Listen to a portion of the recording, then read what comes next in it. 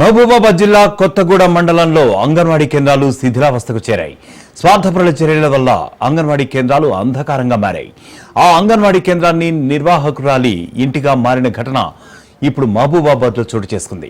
కొత్తగూడెం మండలంలో అంగన్వాడీ సెంటర్ సమీపంలోని అంగన్వాడీ కేంద్రానికి ప్రత్యేక భవనం ఉంది. ఈ కేంద్రంలో ఒక ఉపాధ్యాయురాలు, ఒక ఆయాతో పాటు 10 మంది విద్యార్థులు కూడా అక్కడ ఉన్నారు. ఈ అంగన్వాడీ కేంద్రానికి వెళ్లేందుకు దారి లేకుండా చేసి ఆ ప్రాంగణాన్ని కబ్జా చేసేందుకు కొందరు స్వార్థపరులు ప్రయత్నిస్తున్నారు.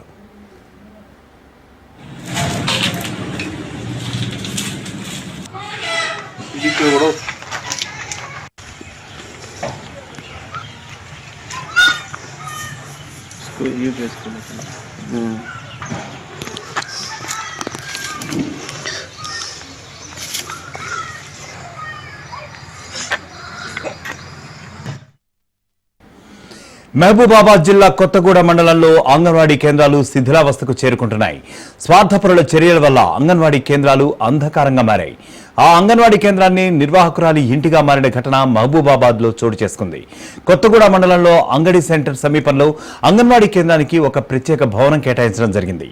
అయితే ఇదే కేంద్రంలో ఒక ఉపాధ్యాయులు, ఒక ఆయతో పాటు 10 మంది విద్యార్థులు కూడా ఉన్నారు.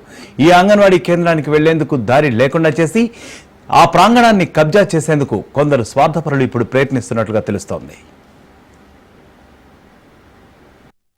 సంవత్సరాల నుండి యూపీఎస్ స్కూల్లోనే పనిచేస్తున్నాం.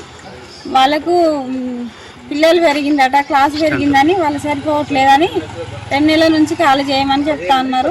మాకు తిరిగితే రూమ్లు ఎక్కడ దొరకట్లేవు, అందుకని సామాన్లన్నీ ఇంటికి తీసుకొచ్చి పెట్టినాం. నేను సూపర్వైజర్ పర్మిషన్ తోటి తీసుకొచ్చి ఇక్కడ పెట్టినాం. ఇంట్లో శిథిలావస్థలో ఉన్న బిల్డింగ్ని మళ్ళీ కొత్తగా కట్టాలని పిల్లలకు చాలా ఇబ్బందిగా ఉన్నదని చెప్తుంది. వెంటనే దీన్ని మరమ్మతు చేసి పిల్లలకు సౌకర్యం కల్పించాలి. గత 10 సంవత్సరాల నుండి యూపీఎస్ స్కూల్లోనే పనిచేస్తున్నాం. వాళ్ళకు